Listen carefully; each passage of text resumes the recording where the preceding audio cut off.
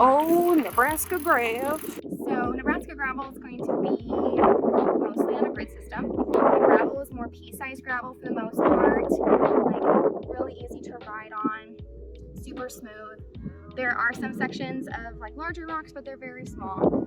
And once you kind of get off the main interstate, you're gonna hit these consistent rolling hills, and you know, they start to get steeper and steeper the further rural you get. So my number one advice is momentum is your best friend. I call it roller coaster riding. Roller coaster riding. Send it! Ew! Wow, look at that. Rolling, rolling, rolling. So this has taken multiple years. It's not something that you were able to, like, at the last minute decide, okay, we want to put on a gravel race. Pandemic kind of gave us a chance to really think about what we wanted to do. And then in the summer of 2021, we just went for it.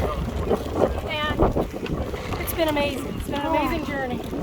And what would you say are like the 5 essential things you need to run an event like this? I think first, have an idea of what you want it to be, but then you've got to be a good problem solver. Oh yeah. Putting out all the small fires. Yep. The sales thing. There's going to be a lot of no's. I've got to keep working for the yeses. Yeah. Like have people that you can work with. Yeah. Kate and I are a great team. Look at this dream team. Time? Yeah. Oh, time. Yes. We felt like we were starting early. You can never start too early. Most gravel races are pretty competitive, you know, they can be very bro-y, very hyper masculine and intense, intimidating. And I feel like a lot of people probably don't sign up for them because they feel like they can't keep up and, you know, it's just not for them because they're more of a recreational cyclist, which is what I would consider myself. How do you feel Grounded might be different from that? From the beginning, we wanted to make sure that we had an event that wasn't just a race. And we always use the ride, race, or party pace. Like, we want you to come no matter, like, what you want to do. Like, if you're just coming to ride with your friends, if you're coming to see if you can ride that distance, or if you want to race it, like, we want everyone. One, I do marketing for another company, so I was like, I don't really want to do an expo. No one wants to stand at a booth. Right. It gets boring. And most brands are like, that's not really a valuable experience for me unless you're a really large event. So we're going to have more like interactive vendors. Yeah. They're going to come and provide like an art project or something for the kids to do. And I mean, bike and like personality has always been a thing, but now I think more with like more inclusion in the sport, people are feeling more and more confident to like really let their freak flags fly. And But recognize that some people do want to race. So yeah. we just tried to approach it from making sure there was something for everybody who wanted to get on a bike.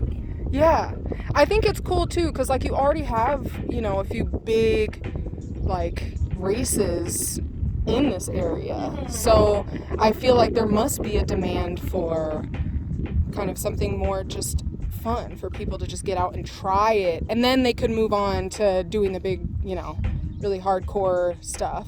Exactly. And you know, being in a family where my partner has raced for a long time, I've sat around in a camp chair for hours and hours, so we also wanted to make sure that there were things to do for the people who aren't out riding. So Yeah. that's why we chose a venue that allows us to have a festival during the race or ride or party pace for, you know, your friend or partner that comes with you or your kids. So I have a son here now, so I laid down some roots here and Yeah. have my business here and other stuff. So some family here now, and so it's where I call home. Oh, that's awesome. It's where the heart is. Yep. The work release center, we were allowed to work, and we were allowed to bike to work. So I kind of fell in love with the bike. Yeah. It was kind of a sense of freedom in more than one way for me. But you know, I eventually, when the pandemic came, I got a hybrid bike, and started riding the trails more. Before I just had like a Walmart bike that was too small for me. Oh, we all did. I did too. I graduated to the hybrid, and I met a good friend of mine, Jay Thomas, who he is the CEO. He runs Champion System. He came into the restaurant, and we, started chatting and whatnot. He dropped off like some masks, and I found out he was into cycling also. And, really, he became like a mentor and started breaking down like different, terminology as far as components, how to take care of your bike. Yeah. The seat height, and all that jazz. And he was I call him my cycling stepdad.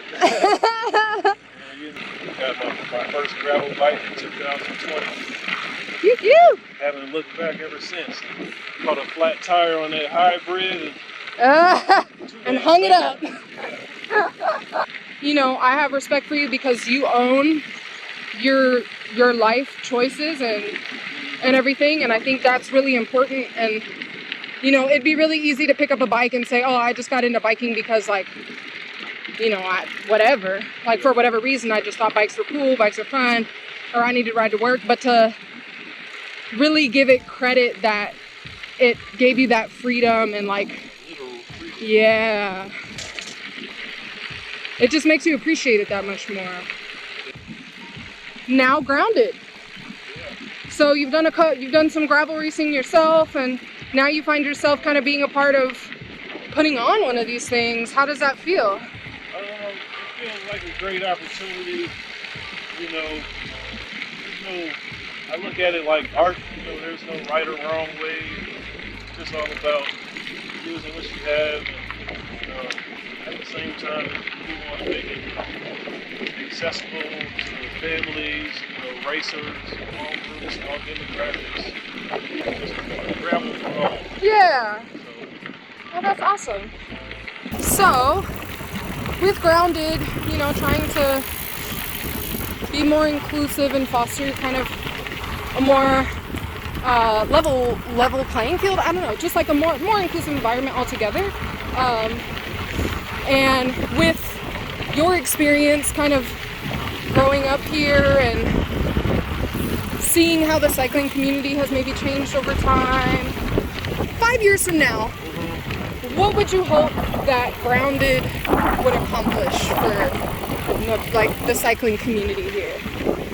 There's obviously a push for diversity right now in all aspects of cycling, and some of it may seem or appear to be a little watered down or just for show. And what I hope Grounded does, it's 5 years from now, we're still pushing that, you know what I mean? We're still pushing inclusive, not when it's a trend, but because that's what we believe in. And I hope to see maybe another black or brown person on the board in 5 years. Yeah. Not like what they say, all bodies on bikes. So just, it's for everyone. And I always say, I've met some of the greatest humans that I've ever met, through cycling. So just continuing to bring them together. Build on that. Yeah. I guess I would just say that I hope that I think it'd be cool to really bridge the gap, kind of with what you're saying with your past, It'd be really cool to bridge the gap between people who are, doing this kind of thing for fun every weekend, more like me. I mean, I try to commute as much as possible on bike, but I ride for fun more than anything. And I think to bridge the gap between folks who are riding for utilitarian purposes, and to show them you could easily have fun on the bike too. Sure.